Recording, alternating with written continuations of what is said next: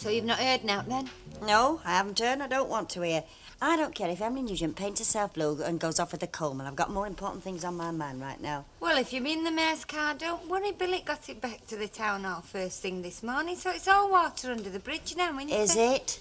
Why shouldn't it be? Well, having had great experience as one of life losers, I find you don't get away with things as daft as that or as easy as that. Now, how much do I owe you? And let's have it in English money, never mind the decimals. Yeah, look. Oh. Thank you. Aye, I bet here's somebody who's heard something, though. Like what, for instance? Like what's going on, for instance, between Miss Nugent and the man with the little box brownie. What have you heard? Well, only that his telephoto lens steams up every time she goes near him. Well, if I tell you, you won't let it go any further, will you? On me guide's honour. Because I did get it in confidence, Oh, like. yes, love, of course you always do. Well, according to Nugent, they've got an understanding. Oh, well, they say God makes them and he matches them. Did you hear that, Maggie? What's that, then? Well, if I tell you, you won't let it go any further, will you? Because I did get it in confidence, like. But, you know, Miss Nugent and Mr. Bishop, they've got an understanding. Yes, I know. Huh? You know? I bet he told me last night. Oh, you mingy devil, why didn't you tell us? Well, I wasn't sure it was my place. You see, I got it in confidence and all. Oh, ta-ra. Morning. Hello, love. How are the twins settling down on their Oh, own? they're fine now, thanks. We did what we could for them in Glasgow, but there's no place like home, is there? Seems a pity to uproot them now they're home. Uproot them? Yeah, with Ken taking them to Jamaica. He hasn't told you, has he? No, he hasn't, Mrs. Howard. But he's obviously told you. And where is it, then? Where's what? Cinderella's flaming coach, what do you think? Billy's delivering it back first thing, isn't he? Is he? I do. A good job, then, Gaffer? Oh, up to our usual high standards. You'd never have known it had ever been touched, would you, It's as good as new. And what about the little joyride you had the other night with your birds? Oh, you heard about that, didn't you? Yes, I just wondered when I was going to hear it from you. Oh, we were going to tell you, Leonard. Oh, when? When, on the day of the hearing? Look, there isn't going to be any hearing. We spent £75 of our own money getting that car back at the Nick. No, nobody's going to be any the wiser. You're joking, of course. And what do you mean? What do I mean? Does the name Tom Headley mean anything to you two, Muggs? Well, that's the bloke that run into us. Why? It's just that he was looking for you in the Rover's return last night, and I could tell him where to find you. Well, so what? So what? Look, Lenny hasn't got a leg to stand on. Our car was parked. He ran into us. But it wasn't your flaming car, was it? Which means that you haven't got a leg to stand on if this gets out. And bend your lugholes round this. If you've landed yourselves in it, that's your problem. But if you've landed me and Alf Roberts in it, we're going to be back here to take it out of your flipping heads. He's a bit over the top, ain't he? I hope he cools down. I wouldn't bank on it.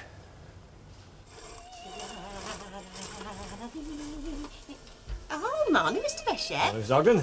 Nice for the time of year. Oh, excellent, yes. Was you looking for somebody? Miss Nugent. Oh, Miss Nugent. Yeah, this door there. Yep. Pleasure, I'm sure. Younger than springtime.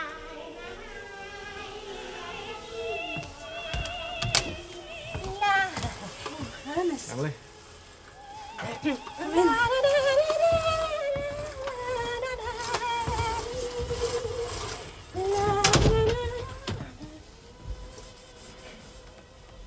Sorry, the place is in such a mess. I wasn't really expecting company. Sorry to disturb you on your day off, Emily, only something's come up and Mrs. Turpin said it would be all right. Oh, it is. I'm afraid you've caught me at my toilet. That is, combing my hair. Oh, well, shall I wait downstairs for a bit? Oh, no, sit down. Thanks. Is it all right to... Oh, of course. These are, after all, the 1970s. Not, of course, that one subscribes totally to today's standards. Sorry. That's all right. It's very nice. It's the love death, actually, from Tristan and Isolde. Oh. I'm a Fingal's Cave man myself. Oh, so am I. Woman, anyway. So this is where you take yourself off to when you climb up those stairs. My humble abode, such as it is. Very feminine. Thank you. Oh, do carry on with what you were doing. Never realised before how long it was. Pardon? Your hair. Oh, yes. How's it go? Thy hair is as a flock of goats that appear on Mount Gilead. I'm afraid compliments did tend to run on rather agricultural lines in those days. Something had come up, you said. Oh, yes. I don't know if I've ever mentioned my sister Edie to you before. The one who lives in Barrow? Yeah, that's right, yes. She's a nice girl, but a bit scatty, you know, what the Americans would call disorientated. Anyway, we've always been very close, and this morning I got this phone call. Not bad news. Well, bad enough. They've got this shop, you see. It always seems to be on the edge of bankruptcy, and it's all got on top of her husband. I see. The doctor says if he doesn't get a complete rest right away, he'll have a nervous breakdown. So you're going to have to go up there? Yeah, I'm afraid so, yeah. Well, for a few weeks anyway, till I get the shop sorted out for him. So, what I was wondering was... Yes? Well, would you mind very much running the shop on your own while I'm away? No, of course not. If you're sure I'm up to it. Of course you're up to it. I couldn't leave it in better hands. No. When will you be leaving? Oh, right away. Well, this evening, as soon as the shop shuts. Well, perhaps you'd like to come and have some tea before you set off. Oh, I'd like that very much. Good. Well, till tea time, then. Till tea time, then. Oh, sorry, I'm sure. They say you can get a very nasty cold from that, Mrs. Ogden. What? Listening at keyholes. Oh, I wasn't. And in case you didn't hear enough, Mrs. Ogden. Yeah. He's coming back again tonight.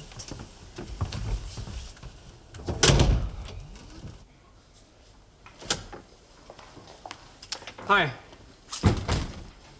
Hello.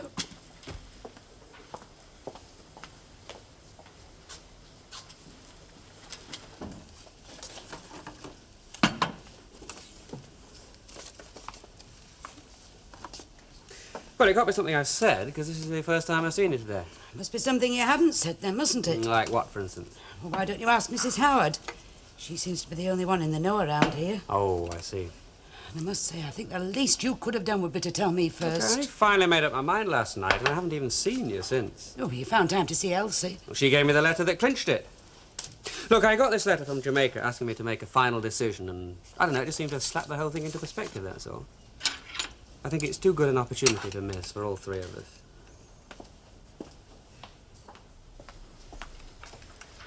You obviously don't think so, right? Well, why ask me? You've obviously made your mind up. I am asking you.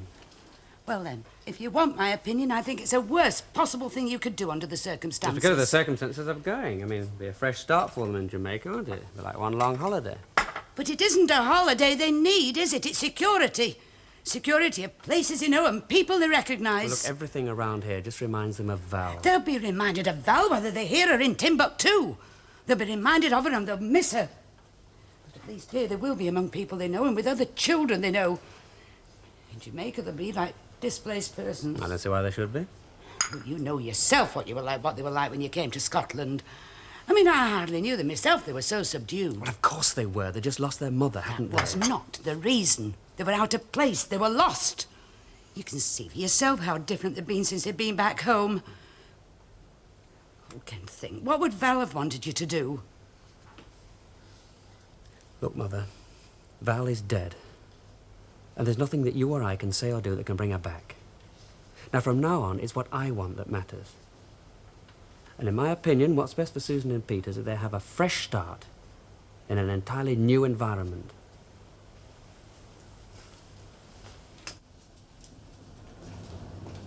Hello. Oh, hello. Is your colleague in?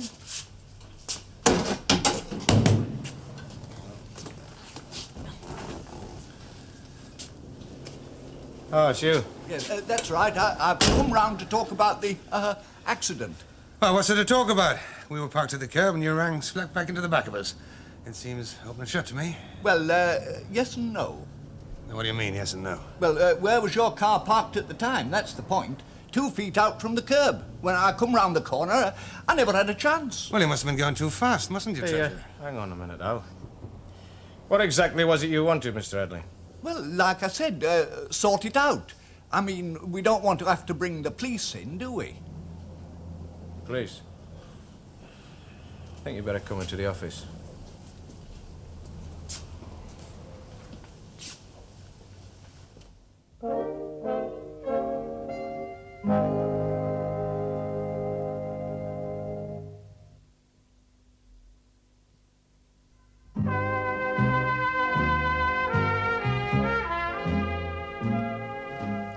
I've made you a little potato pie. I know you're very fond of me crust. Well, thank you very much, Mrs. Corwell. My goodness, that's something I shall miss when I'm over there. Yes, I've heard that you were still going. We shall miss you. Yeah. Especially the twins knocking on my back door and asking for tangerines. Oh, I didn't know that they did. Oh, well, I promised I wouldn't tell you. Only, well, I don't suppose it matters now. No. You know, I've often thought that I would like to have seen some of those faraway places with strange-sounding names if I'd been born with a silver spoon in my mouth, but not to stop. No?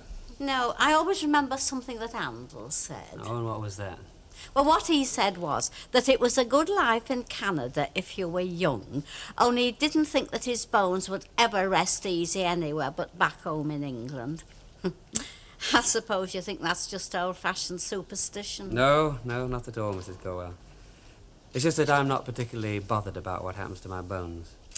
No, well, I'd better be getting Yeah, on. good. Oh, well, thanks so much for the pie. Anyway. Oh, you're Terrific. very welcome. Thank you. Mhm. Bye-bye. Goodbye. Hello, Mrs. hello. Corwell. Oh, hi. Hello, Ken. This came for you from the tech. Thank you.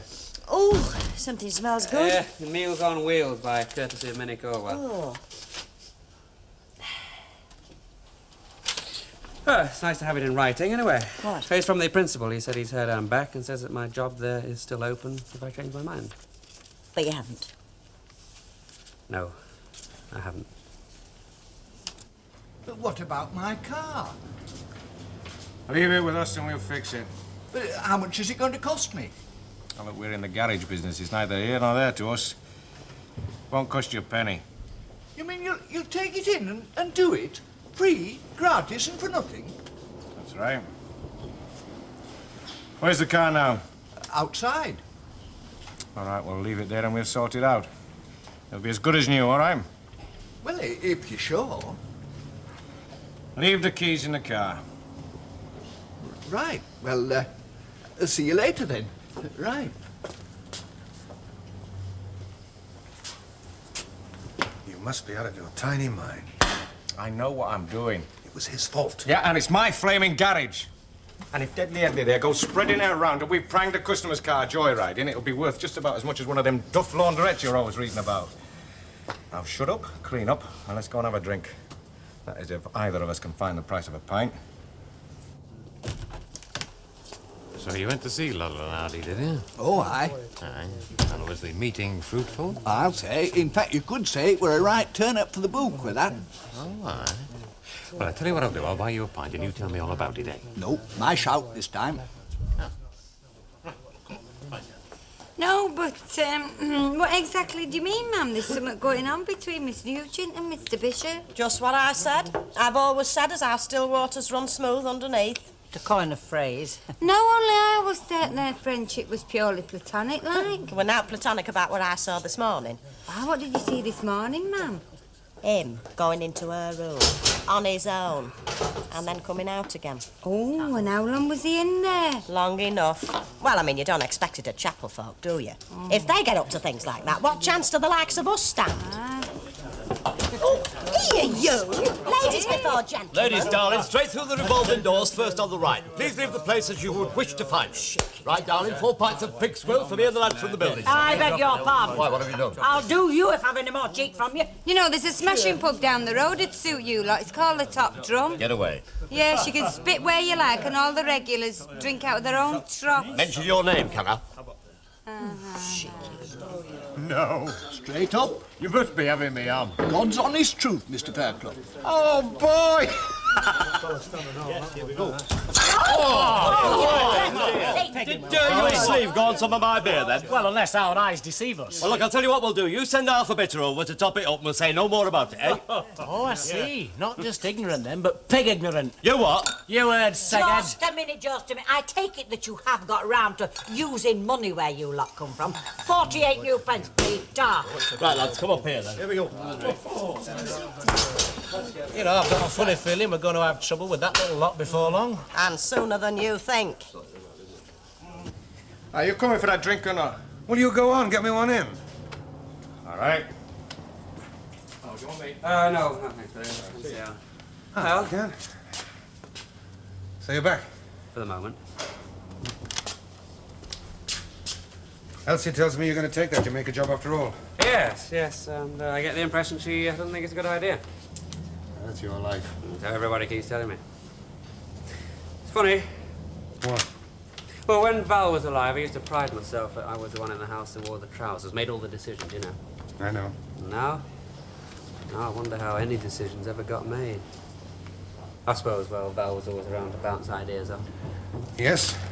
You know, I think the only time in your life you ever really have to make a decision on your own is when you're widowed. Or when you're divorced. Yes, I suppose so. So, you still haven't made up your mind what's best? What makes you say that? Well, because you're still looking for somebody to bounce your ideas off. Oh, I don't know. I just don't know anything anymore. All I want to do is just do what's best for everybody, that's all. Do you? Oh, what do you mean by that? Well, that's the whole point, isn't it? Still not with you. You say you want to do something that'll suit everybody. Yeah? Listen, Ken, it's not true. What you're doing is what you hope is going to suit the children. Yeah, well, is that bad? Well, it's not necessarily altogether a good thing. Especially if it's to the detriment of what's good for you. Now, they're at the age now where they depend on you, Ken, and your moods. You're unhappy, they're going to be unhappy too. Well, what makes you so sure that I'm going to be unhappy? Look, Ken, you and Val, I think it's safe to say that you were probably as close as two human beings ever get, weren't you? Yes, I suppose so. When you planned this thing together, you going to be happy doing it alone? You know, when I first came here, after my marriage broke up, I didn't know a soul. And the thing I most wanted to do in the world was to talk about it to somebody. All I could see were faces. I knew they didn't want to know about my troubles. They were strangers, and I was a long way from home. Oh, I've never felt so lonely in my life. Another apple charlotte? Oh, not for me, thanks, Emily. Enough's as good as a feast. Well, it was very pleasant. Very pleasant indeed. Oh, I thought it'd be more cosy having it up here, far from the madding crowd. Right. And I've made a few sandwiches for the journey from the ham that was left. Oh, that is kind of you. That's very thoughtful. Well, to business. Yes. Now, the day-to-day running of the shop while I'm away. Yes. Now, the diary is quite up to date, so really it's only a matter of following the diary and keeping it up to date. Quite. What's that, then? Yes. Oh, heck, Emily, you know as well as I do, my being here has nothing whatever to do with business. Oh? The trouble with me is, Emily, I've never been, well, very good with members of the opposite sex. Not relaxed, you might say. I understand. We've never been what you might call a demonstrative family. For a start, my father never spoke to anybody Monday to Friday. And girls were something my mother warned me about, but she was never very specific. Oh, heck, now look what I've done. Oh, I'll get a tissue. That's another thing. I've always had hands like feet. Wasn't really much. What I'm really trying to say is, Emily, well, I know we've only got an understanding, for want of a better word, but, and I know I couldn't expect a more definite commitment from you at this stage, but, well, would you wear this for me? It's a dress ring of my mother's. Ernest, it's lovely. Would you wear it for me? It'd give me so much pleasure. Oh, I'd be deeply honoured to wear it. Deeply. How's that? Oh, it's perfect. Yeah. I don't know what to say.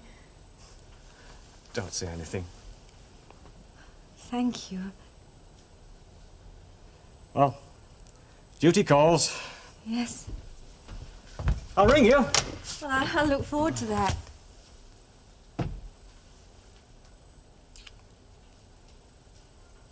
Oh, Emily. If you only knew how long I've been...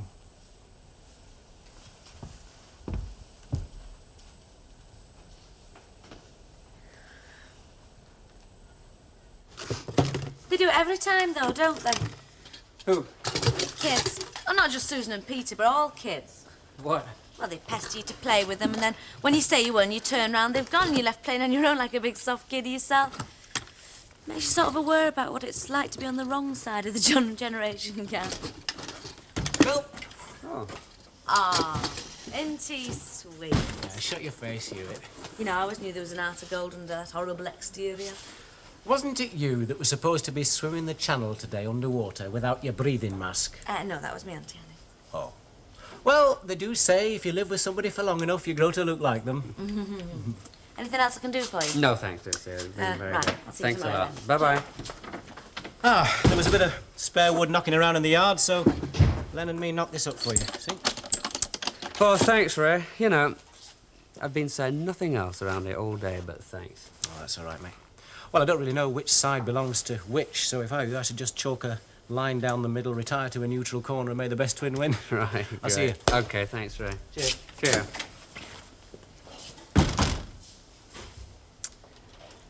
Wasn't that nice of him?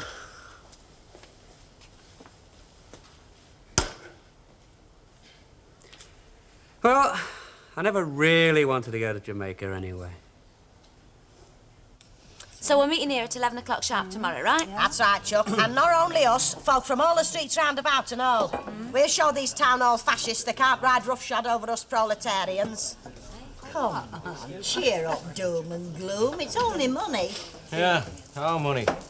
Still, I suppose it could be worse. I mean, if we hadn't done a bit of fast talking, old Edley might have gone and blown the lot. And then we would have been really up the creek without a paddle, wouldn't we? Hello, do I need to take the note of gloom this end of the room? No, you do not. As a matter of fact, we're just having a little celebration drink. Celebrating what, exactly? We're off the hook with Edley.